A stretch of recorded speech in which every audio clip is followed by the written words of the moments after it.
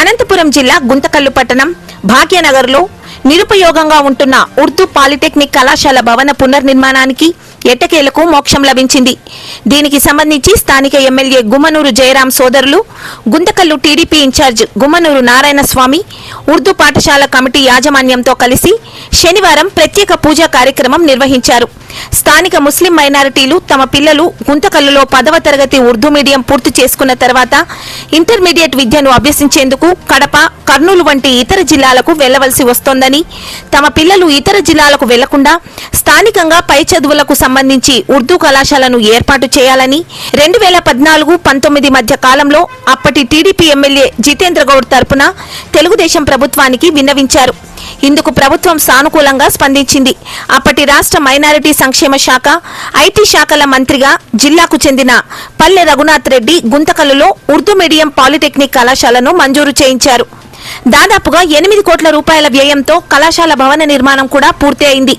ఈ భవన ప్రారంభోత్సవానికి అప్పటి మంత్రి పరిటాల సునీతతో పాటు జిల్లాకు చెందిన పలువురు టీడీపీ ఎమ్మెల్యేలు కూడా హాజరయ్యారు. అయితే కళాశాలలో తరగతి గదుల నిర్వహణకు అవసరమైన అధ్యాపక సిబ్బంది, బోధనేతర సిబ్బంది నియామకానికి సాంకేతిక సమస్య ఎదురైంది. ఆ తర్వాత తెలుగుదేశం ప్రభుత్వం హయాం కూడా ముగిసింది.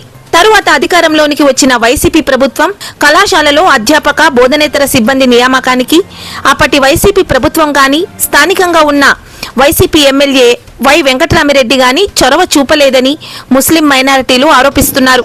ఈరోజు మన గుంతకల్లో మైనారిటీ ఉర్దూ జూనియర్ కాలేజ్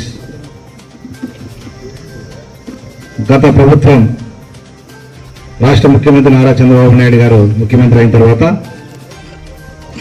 14లో దాదాపుగా 8 కోట్ల రూపాయలతో నిధులిచ్చి మైనారిటీ ముస్లిం సోదరులు వాళ్ళ పిల్లలకి భవిష్యత్తు బాగుండాలనే మంచి ఉద్దేశంతో 8 కోట్ల రూపాయలు కేటాయించి ఆ బిల్డింగ్ కన్స్ట్రక్షన్కి పూర్తి చేసిన ఆ ప్రభుత్వం ముఖ్యమంత్రి గారి పరిధిలో కేవలం నిర్మాణం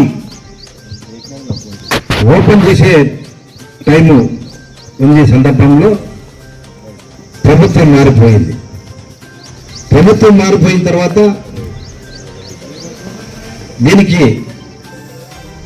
కేవలం పూజ చేసి ఓపెనింగ్ చేసింటే అది వీళ్ళకి 5 సంవత్సరాలు 7 సంవత్సరాలు పిల్లలు చదివే గడిచే టైం. మళ్ళీ ఎంత దుర్మార్గం!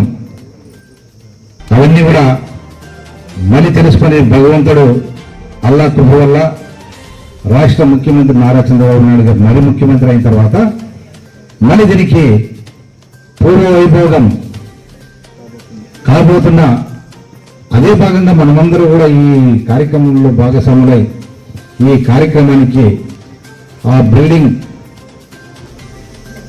రిపేర్లు దాని దాదాపుగా 50 లక్షలు కలెక్టర్ గారితో ఎమ్మెల్యే మాట్లాడి ఈ భూమి పూజ కార్యక్రమం ఈరోజు ఈ కార్యక్రమానికి వచ్చేసిన మైనారిటీ కాజీసాబ్ గారికి, Urdu committee Arabic committee Imtiaz sir గారికి, వేదిక మీద ఉన్న అంగడి మసానన్న గారికి, ఈరోజు మైనారిటీ ఉర్దూ జూనియర్ కాలేజ్